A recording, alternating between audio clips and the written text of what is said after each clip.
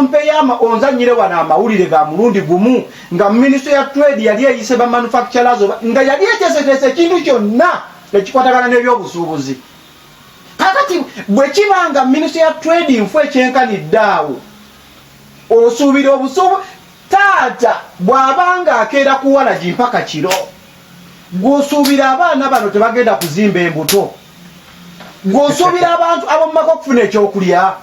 Kati Ministry ya Trade ye taata mu sekta y'ebyobusuubuzi era neebuuza n'okwebuuza Ministry ya Finance eteekateeka biki era Ministry ya Finance etuula ddi ne Ministry ya Trade era Ministry ya Trade ewa lipooti ki nti sekta gye tukulembera bino bye bigikwatako. Olwaleero Landlord waddembe okugoba abasuubuzi mu maduuka nga bw'ayagala.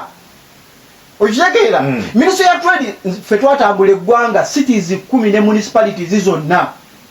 naye osobola okubuuza command officer nti owaayi tuzze wano abasuubuzi abakolera mu area eno ne Kasese twatuuka abasuubuzi abakolera mu Kasese bano bali bameka nga command officer wa Trade asobola omusala gw'empaayo nga omusolo tamanyi nnamba y'abasuubuzi